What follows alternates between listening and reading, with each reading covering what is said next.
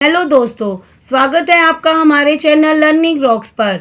आज इस वीडियो में हम आपके लिए लेकर आए हैं एक कहानी, सिंहासन बत्तीसी का छठा भाग, छठी पुतली रवि भामा की कहानी। छठी पुतली रवि भामा की कहानी। राजा भोज किसी भी सूरत में सिंहासन पर बैठने का मोह छोड़ नहीं पा रहे थे। छठे दिन फिर वो राजसी वैभव के साथ तैयार थे बैठने के लिए। तभी छठी पुतली रवि भामा ने उन्हें रोक लिया। सुनो राजन, यह सिंहासन परम प्रतापी राजा विक्रमादित्य का है। क्या तुम उनकी दानवीरता और शौर्य का मुकाबला कर सकते हैं? आओ, मैं तुम्हें उनकी महानता की कथा सुनाती हूँ। एक दिन विक्रमादित्य क्षिप्रा नदी के तट पर बने हुए अपने महल से प्राकृतिक सौंदर्य को निहार रहे थे। बरसात का महीना था।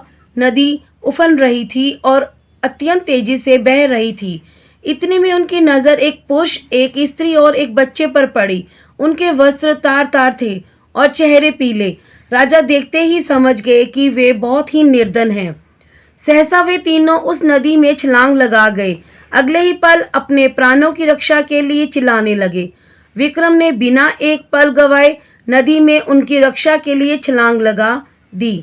अकेले तीनों को बचाना संभव नहीं था, इसलिए उन्होंने दोनों बेतालों का स्मरण किया।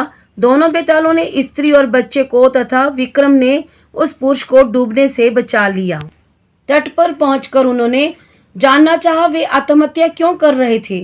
पुरुष ने बताया कि वे उन्हीं के राज्य का एक अत्यंत निर्धन ब्राह्मण है जो अपनी दरिद्रता से तंग आकर जान देना चाहता है।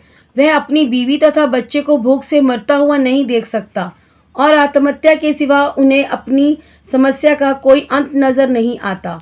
इस राज्य के लोग इतने आत्मनिर्भर हैं कि सारा काम खुद ही करते हैं, इसलिए उसे कोई रोजगार नहीं देता। राजा विक्रम ने ब्राह्मण से कहा कि वह उनके अतिथिशाला में जब तक चाहे अपने परिवार के साथ रह सकता है।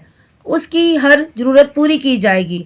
ब्राह्मण ने कहा कि रहने में तो कोई हर्ज नहीं है, लेकिन उसे डर है कि कुछ समय बाद आतिथ्य में कमी आ जाएगी और उसे वहां से अपमानित होकर जाना पड़ेगा। राजा विक्रम ने उसे विश्वास दिलाया कि ऐसी कोई बात नहीं होगी और उसे भगवान समझकर उसके साथ हमेशा अच्छा बर्ताव किया जाएगा। अब ब्राह्मण परिवार अतिथिशाला में आकर रहने लगा। उनकी देखरेख के लिए नौकर चाकर नियुक्त कर दिए गए। वे मौज से रहते, अपनी मर्जी का खाते पीते और आरामदेह पलंग पर सोते, पर वो सफाई का बिल्कुल ख्याल नहीं रखते। जहाँ सोते वहीं थूकते, कपड़े नहीं बदलते और चारों तरफ गंदगी ही गंदगी फैल गई। दुर्गंध के मारे उनका स्थान एक पल भी ठहरने लायक नहीं रहा। नौकर चाकर कुछ दिनों तक धीरज से सब कुछ सहते रहे, लेकिन कब तक ऐसा चलता। राजा के कोप की भी उन्होंने परवाह नहीं की और भाग खड़े हुए। राजा ने कई अन्य नौकर भेजे पर सबके सब भाग जाते। सबके लिए यह काम असंभव हुआ। तब विक्रमादित्य ने खुद ही उनकी सेवा का बीड़ा उठाया। उठते बैठते सोते जागते वे ब्राह्मण परिवार की हर इच्छा पूरी करते। दुर्गंध के मारे माथा फटा जाता, फिर भी कभी अपशब्द का व्यवहार नहीं करते। उनके कहने पर विक्रम उनके पैर भी दबाते।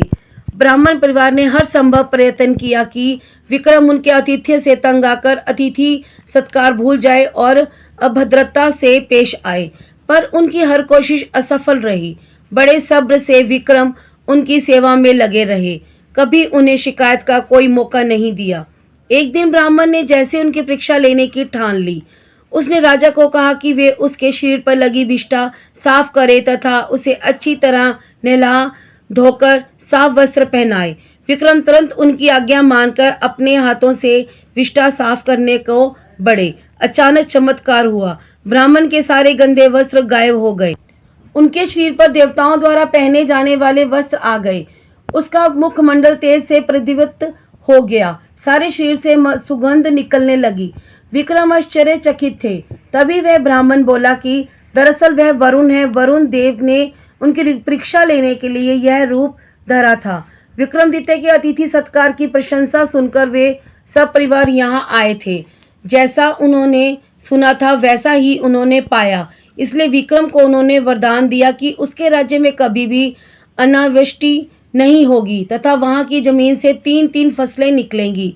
विक्रमादित्य को वरदान देकर वे सब परिवार अंतर्ध्यान हो गए। इतना कहकर रवि भामा बोली, बताओ राजन, क्या तुम में इतना धैर्य है कि इस तरह से किसी का आतिथ्य सत्कार कर सको?